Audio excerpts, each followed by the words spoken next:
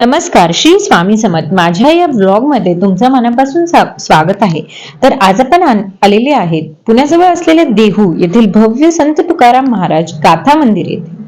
हे संत तुकारामांच्या अभंगांचे जतन करणारे एक पवित्र आणि प्रसिद्ध ठिकाण आहे. हे मंदिर इंद्रायणी नदीच्या काठावर वसलेले असून येथे तुकोबारायांचे विचार व अभंग संगमरवरी दगडांनी कोरलेले आहेत. अभंग कोरलेले आहेत. मंदिराचा परिसर अतिशय मनमोहणारा असा परिसर आहे. तुम्ही पाहू शकता सगळीकडे तुम्हाला हिरवाहट दिसेल व तसेच तुम्हाला सुंदर असे डोंगरांचे दृश्य देखील या मंदिराच्या परिसरामध्ये पाहायला भेटणार आहे. आणि हा मंदिराचा परिसर अतिशय स्वच्छ आणि खूप सुंदर असा ठेवलेला आहे. तर आता आपण मंदिरामध्ये जाऊया आणि मी तुम्हाला गाथा मंदिराचे दर्शन दाखवण्याचा प्रयत्न करेल. तर चला मग आज जाऊया. आणि आज जाण्यासाठी तुम्ही ते पाहू शकता, खूप भव्य असं इथे मंदिर आहे.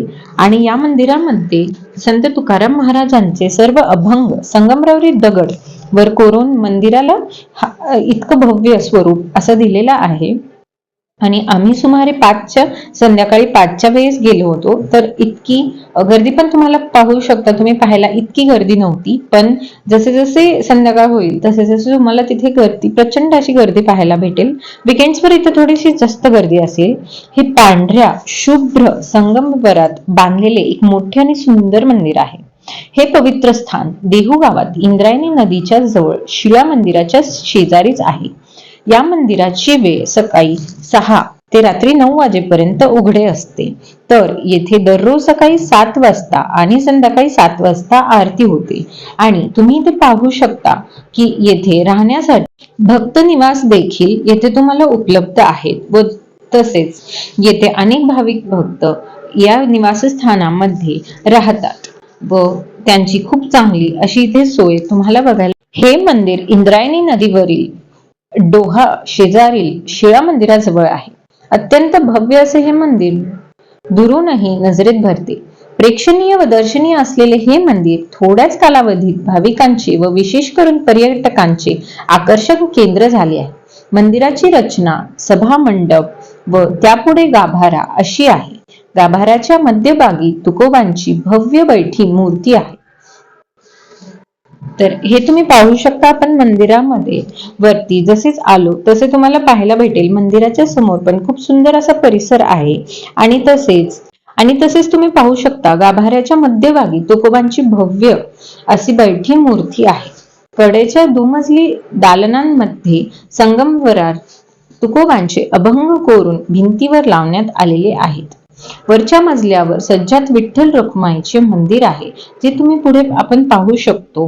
हे तुकोबा महाराजांची खूप भव्य अशी मूर्ती मध्यस्थी स्थापन केलेली आहे व त्याच्या भोवती संपूर्ण हे अभंग लिहिलेले आहेत. संत तुकाराम महाराज हे 17व्या शतकातील वारकरी संप्रदायातील महान संत व कवी होते.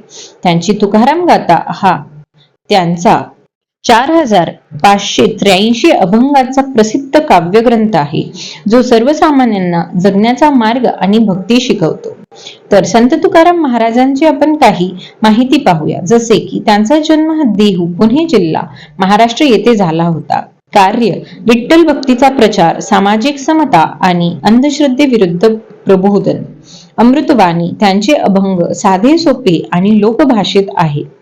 तसेच तुकाराम महाराजांचे गाथा यात अंदाजे 4583 अभंग समाविष्ट आहेत. तसेच यामध्ये असे संदेश दिलेले आहेत की प्राण्यांवर दया करावे, क्षमा, शांती आणि परमेश्वरांची अनन्य भक्ती हे तिथे सांगितली गेलेली आहे. संत तुकाराम महाराज यांचे मूळ नाव तुकाराम बोल्होबा अंबिले किंवा मोरे होते. त्यांचा जन्म पुणे जवळ देहू गावी एका सामान्य कुटुंबात झाला. लहान वयातच आई वडिलांचे छत्र हरपल्यामुळे संसाराची जबाबदारी त्यांच्यावर आली. तुकाराम महाराजांचे विठ्ठलावर अगाध प्रेम होते. ते देहू येथील भामनाथ टेकडीवर विठ्ठलाचे स्मरण करत असत. त्यांनी लोकभाषेत म्हणजे सोप्या मराठीत अभंग रचले, जे आजही सर्वसामान्यांच्या ओठावर आहेत. त्यांनी समाजातल्या अंधश्रद्धे आणि जातीभेद यावर कडक शब्दात टीका केली. तुकारामांच्या अभंगांना विरोधकांनी इंद्रायणी नदीत बुडवले. महाराजांनी 13 दिवस नदीच्या काठावर उपोषण केले. त्यानंतर त्यांचे अभंग पाण्यावर तरंगताना आढळले, ज्याला वारकरी संप्रदायात मोठे चमत्कार मानले जाते. तसेच त्यांचे वैकुंठगमन इसवी सन 1650 मध्ये फाल्गुन वद्य द्वितीयेला ते सशरीर वैकुंठाला गेले असे मानले जाते.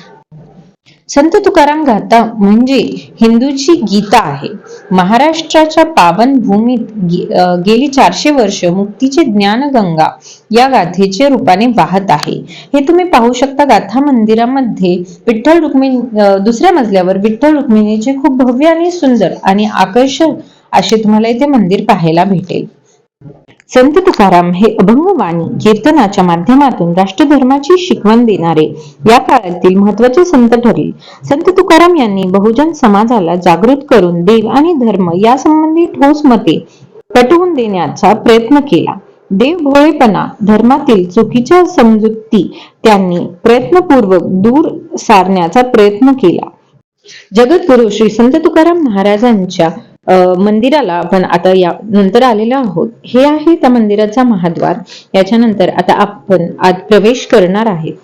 तुम्ही पाहू शकता खूप सुंदर आणि भव्य असा महाद्वार येथे आहे. त्याच्यानंतर आतमध्ये जास्त तुम्ही पाहू शकता मंदिर अतिशय रिकामा असा मंदिर होता आणि आम्हाला डायरेक्ट तिथून आत प्रवेश भेटला आणि दर्शन खूप सुंदर असे दर्शन झाले. स्वयंभू झालेल्या विठ्ठल रुक्मिणीच्या मंदिराचा सर्वात आधी आपण येथे दर्शन घेतला आणि मंदिराचा परिसर अतिशय सुंदर वातावरण झाला होता, कारण की पावसाळ्याचे दिवस असल्यामुळे ऊन सुद्धा नव्हतं. आणि तुम्ही पाहू शकता की कीर्तन येथे सुरू होतं.